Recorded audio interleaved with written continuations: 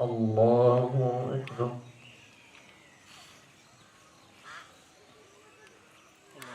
رفعت وإلى السماء. سبحانه وتعالى tuseme alhamdulillahi rabbil alamin. Awe na bishasha muislamu uso wake ujae tabasamu kwa yeye kujaliwa na Allah subhanahu wa hazama al-ahzab wahda. La ilaha illa Allah, Allahu akbar, Allahu akbar.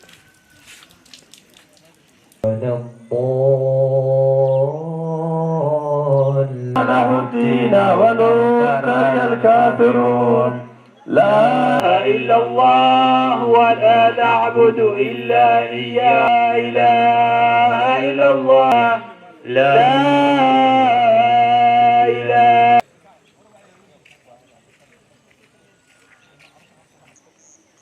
الله أكبر. الله أكبر. الآخرة خير وأبقى. الله أكبر.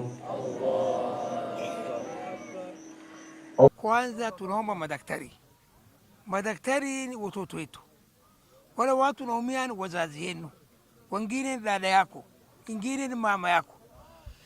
Kama unashindana na serikali, sasa watu naumia. Waswahili sema ndovu mbili akishindana nyazi ndio naumia.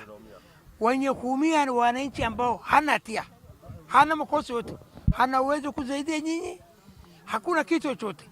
Tunajua kwamba umedhulumiwa muda mrefu, madaktari umedhulumiwa, hata serikali iliyopita, na hivi anaonekana Mungu ndiye anajua tu maneno yake. Tunaomba madaktari wakati inaendelea na maneno na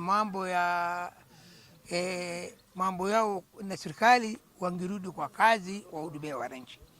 Tunaombea Mungu, tutaombea Mungu abariki, wangirudi kwa kazi. Maneno ya pili, naonekana chama ODM biko hatarini kupeleka sokoni kuuzwa, kwa sababu maadama mzee wetu kabla hata hajaondoka na bado yuko hapa tu, walagai wameanza kampeni. Wale walagai waliangusha watu kwenye uchaguzi, waboraji wameanza kampeni ya kupeleka chama kwa soko, wanunue kama mali yao kama mbuzi, alafu wauze tena, kwa sababu tamao ni pesa. Hao watu afai kabisa waingize kwenye chama, haistahili kabisa, kwa sababu chama nataka watu kuna sifa na watu ambao uko na hadi. Kuna watu iko watu ambao wanaheshimika kama hii bunge ya Kilifi, ni gavana ya Kilifi, hii bunge Mboko, kuna bunge hizi ya Malindi, kuna gavana ya Mombasa, kuna watu ambao wanaheshimika bande ya Coast. Na sehemu hizi ya Nyanza kuna watu ambao ya kutegemewa, watu ambao wana ahadi, kama hii gavana ya Homa Bay Imama, kama gavana ya Siaya, former gavana ya Kakamega, gavana ya Uarati ya Kisii, seneta ya Narok.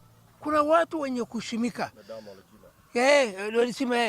Chama wasiingie kwa mkono walagai, waboraji, wenye tamaa ya pesa ambao hawana